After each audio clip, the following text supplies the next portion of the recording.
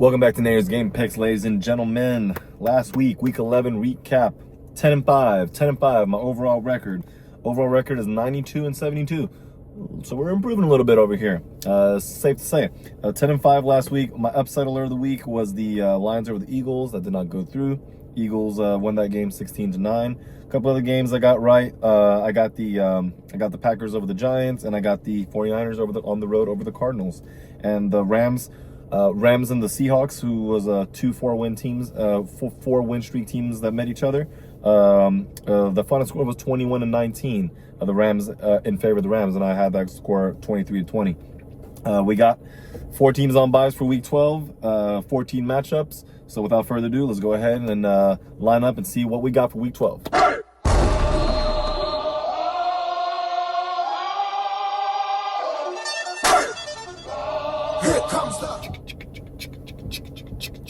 Okay, let's chicka who the matchup is for Thursday night. Bills at the Texans. So Texans won 2 games in a row here. Saved their season late. Come back 2 weeks ago against the Jacksonville Jaguars. Beat another division opponent last week. Looking good for them. Bills coming off a big win last week against the Buccaneers. They prevailed at home. Josh Allen 6 total touchdowns. This matchup will probably be more defensive. I think these two teams met last year. Texans came out on top on that one. The Texans were home, and I believe Josh Allen he completed less than 50% of his passes. So this time around, I think that's what the Bills need to focus on, is how to get the ball out of Allen's hands quick. Shouldn't have to have long developing routes. And the Texans need to look to stop Josh Allen running the ball when the Bills are inside the 20-yard line, as Allen had 3 rushing touchdowns last week against a pretty good front 7 of the Buccaneers. And this Texans front 7, obviously one of the better ones in the league and boasting a good secondary. So this should be a very good matchup. It's a non-divisional Thursday night matchup now. I think this should favor the home team, but the Bills coming in on the road here, very good performance running the ball last week. And had some players step up in the receiving game. They will maybe still be without Dalton Kincaid. And then Texans, I think C.J. Stroud is questionable. I think he'll miss this game, meaning Davis Mills will start another game. Let's see if he can win that push at the 3 in a row. I think the Texans being at home is going to help their defense out, but their offense need to come away with points against the Bills defense that has given up yards and points. But we'll see how in sync the Texans offense are. I do think the Bills win on the road here. I have a score of 24-16. Now we got the Sunday slate of games starting 1 p.m. Eastern time. Steelers at the Bears, 2 teams with winning records. The Bears have yet to have. Well, the Bears are at home here. They won last week against the Vikings team. They have 3 players who are top 5 in interceptions: Nashawn Wright, Tremaine Edmonds, and Kevin Byard. So it's going to be interesting to see if the Steelers, I think Aaron Rodgers hurt his wrist in that game. Mason Rudolph came in and threw some good passes in that win against the Bengals last week. So it's going to be both these 2 teams play outdoors, play on grass. It should be a fun game, especially if you're a fan of defense. I think the Steelers defense are definitely going to be looking to get Caleb Williams under pressure, get him rushed out of the pocket, may force him to errant throws. That'll be their key to victory. The Bears will look to have to get the run game going against the Steelers team, as they are prone to giving up some yards here. Kyle Monangai, DeAndre Swift, maybe it can be a complimentary side of them too. Setting up Caleb Williams for the play action in order to help him try to pick his poison in this Steelers secondary, which are pretty good, coming off of 2 good weeks now. We'll see how this goes. I think the Steelers come out on top, though. I think in the end, they make enough plays defensively, commit less mistakes. Outdoor game is going to be cold, and it's going to be frigid, and it's going to be rough. So I think the Bears at home fall just short, as they've won a lot of close games lately. I think they lose this one to the Steelers at home, close score of 27-25. Patriots at the Bengals. Last year, the Bengals, this was their season opener at home. Home opener, they lost to a Patriots team that finished the year 4-13. So not the best year. 4-13, 5-12. They didn't have the best year. Patriots now the tails have flipped. The Patriots are a 9-2 team. Still haven't entered their bye week yet. Getting production from their young rookie running back, and their left tackle Will Campbell looks to be worth the 4th overall pick. And the Bengals here, obviously they haven't looked good. Jamar Chase is suspended for this game. You got T. Higgins is going to be the primary target for Joe Flacco. Noah Fant caught a pass, but then he fumbled, leading to a Steelers return touchdown last week. So it's going to be a lot for the Bengals to overcome. They're going to be home. Patriots team, obviously, they're used to playing outdoors here as well. Patriots have just been way too efficient, been very efficient, coached well, and Drake May hasn't put the ball in harm's way, even though he's had more pressure the last couple of weeks than usual. The Bengals are one of the defenses in the league that don't hardly gain any pressure. So I think the Patriots win here on the road of a score of 28-13 over the Bengals. Giants at the Lions. Lions lost on the road to an NFC East team. Now they're coming home against the Giants team. Haven't played well last week, but couldn't seal the deal late. Jameis Winston started at the quarterback position. They lost to the Packers. Now they play a Lions team that they can definitely get pressure. Brian Burns, one of the top leaders in sacks. But the Lions, coming off losses, are known to be pretty explosive, usually when they play at home. I think they want to look to feature David Montgomery more, give him the ball a little bit more, as Jahmyr Gibbs have gotten most of the workload out the backfield the last couple of weeks. I think it'll be a big advantage for them against the Giants team that's given up quite some yards on the ground. And if the Lions will probably be struggling here if they drop back to pass a lot. Jared Goff didn't even complete 40% of his passes last week, as the Eagles had some technique with his throwing motion. Maybe the Giants can see that on film and take advantage. They do have a good front seven, and maybe they can take advantage of it. We'll see. But I do think the Lions prevail at home with a score of 35-17. Vikings at the Packers, NFC North matchup here. I believe it's the first time they've met this year. Vikings are struggling offensively to get stuff going. They ran the ball decently last week with Jordan Mason and Aaron Jones Sr. It doesn't help much if your quarterback is putting the ball in harm's way. Red zone turnover and another turnover, 2 interceptions. I think J.J. McCarthy for his career has started 5 games, and each game he's thrown at least 1 interception. Packers defense that intercepted Jameis Winston once, but dropped 4 balls that hit their defensive backs in the hands. So this is going to be a game that McCarthy needs to be careful. I'm pretty sure the whole Packers team were on the jugs machine during this week of practice leading up to this game. The Packers are at home as well. The Vikings have had success sometimes on the road here. The first match of the season it could go either way. I think the Packers, even though they won last week, are going to be they weren't happy with how they won, and they got a lot to fix. A lot of fans there kind of questionable of some of the play calling too.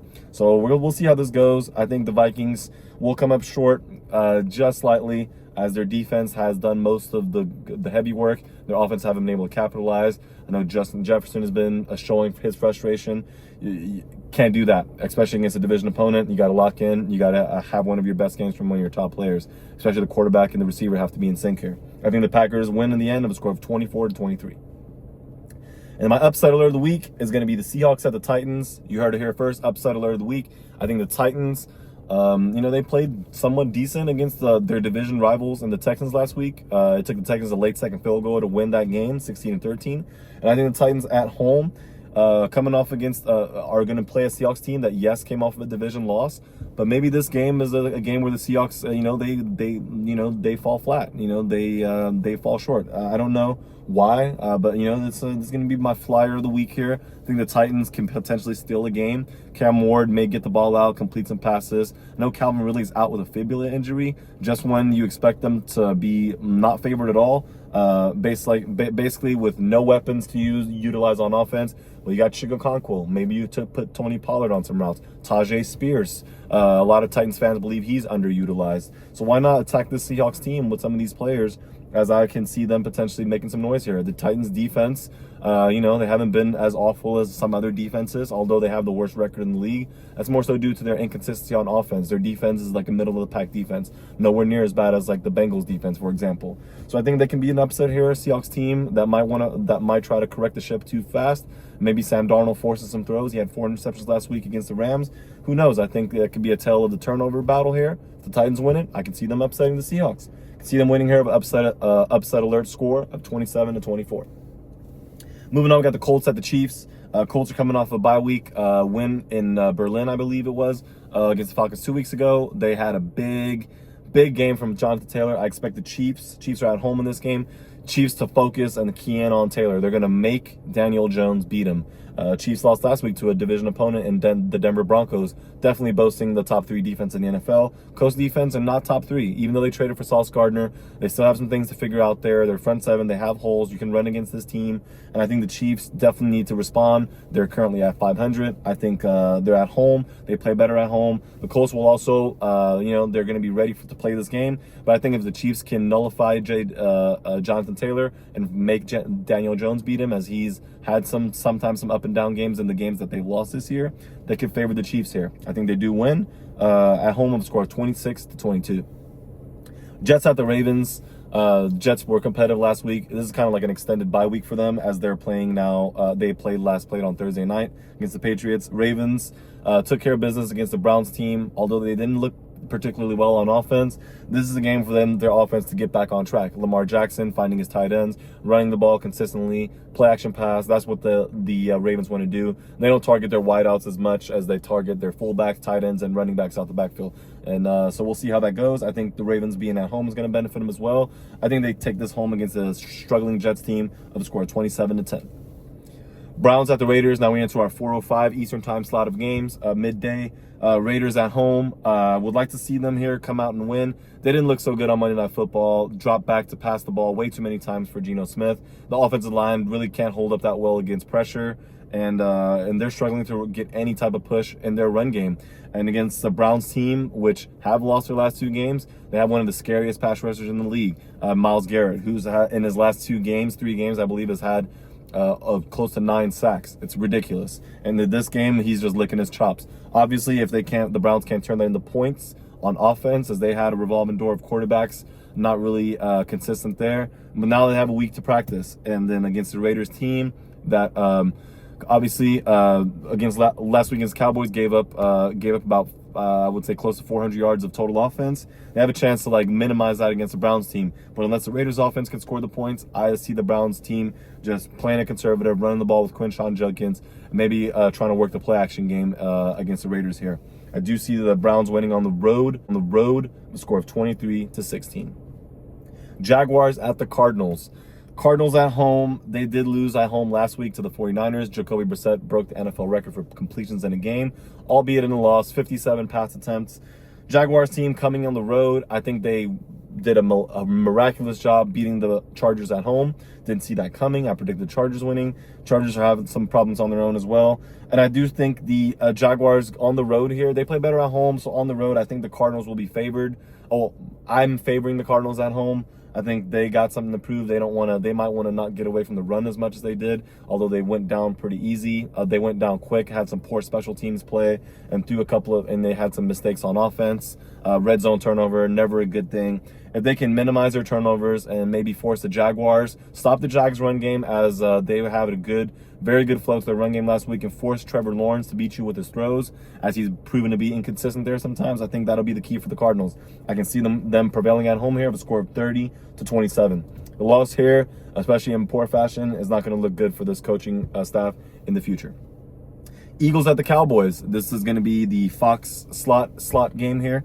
Eagles at the Cowboys. They played earlier in the year, being at in Philadelphia, first game of the year, obviously. This Cowboys team is a lot different from that defense that played, and I believe the Eagles will have some injuries on their offensive line. Cam Jurgens is questionable, their center, and Lane Johnson, I believe, is out, their right tackle. And then obviously Jalen Carter, who was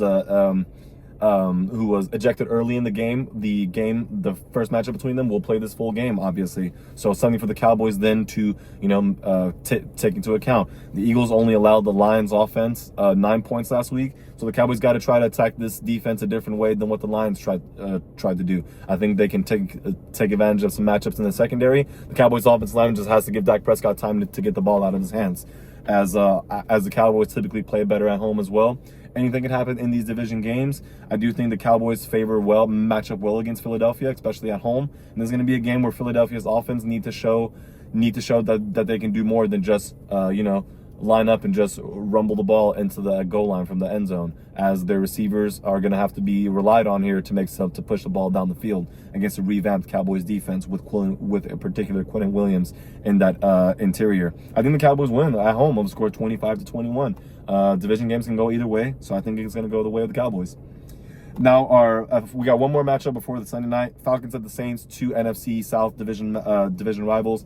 Falcons, as I mentioned about the Cardinals just a moment ago, I think the Falcons are looking at maybe moving on from this coaching staff if they can get results. They have a very talented roster, had some good picks on defense. Defense have given up a lot of yards the last couple of games, 448 yards to Bryce Young, career high for him. Good for the Panthers. They won that game last week, and it's been a struggling battle for the Falcons after a big win against the Bills team. That was their last win about 4 weeks ago, I believe. And now they're playing there's Saints coming off of a bye, won a week ago against a division opponent. I think the Saints could win, is going to win this game at home. This is the first matchup of them that they're playing. I think the Saints, coached by Kellen Moore, is trying to find out. They're just evaluating their roster. I think they come out and play inspired here. I think they beat their rival Falcons with a score of 24-18, leaving something to be desired for maybe a decision to be made on the Falcons coaching staff. Buccaneers at the Rams is the Sunday Night Football matchup. These two teams have played some in the playoffs the last couple of years. The Rams at home, I don't see them squandering their momentum. They have played very well in the last couple of weeks, beaten division opponents. I think against the Buccaneers team has struggled to find consistency on offense. Baker Mayfield, has fumbled some balls. I think they do a good job in space with their run game, but this Rams defense obviously doesn't give a lot up on the ground. Yes, they gave up a rushing touchdown last week to Kenneth Walker of the Seahawks, but this Buccaneers team is going to have to rely on more than just a run game to be able to move the ball against this Rams team.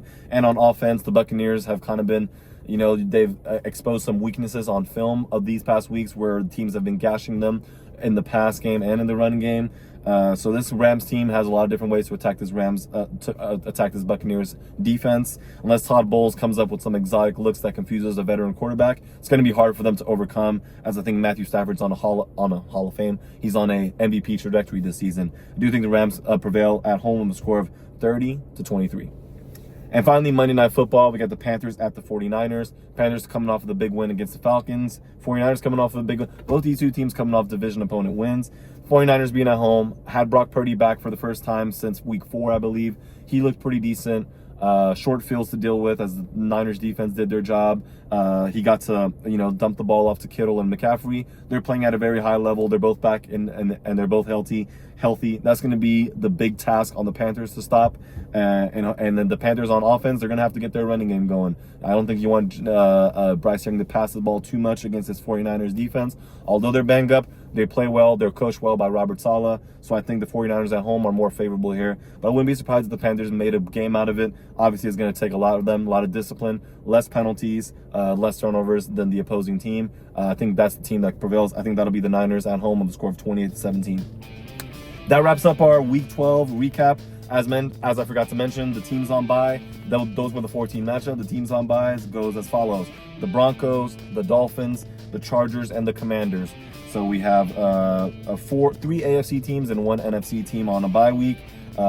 Pretty much we'll recap Week 12. It'll be Thanksgiving next week. I believe no teams on bye, and it'll be the final teams on bye going Week 14. So we're getting close to the end of the year. It's going to be that season. Down here in Texas, it's still not that cold yet, but across the nation, it's getting there. So we're getting close to playoff football. They're starting to show the playoff picture on these broadcasts. So it's going to get close. All these games are going to matter a lot. And a lot of these good teams are going to play some trap games. It's going to be interesting to see if the Seahawks and Titans can be an upset alert watch for the weekend. So I hope you guys stay safe. Enjoy the matchups of games. We'll be back here to recap Week 12. This is your boy Naderade, and I'm signing off.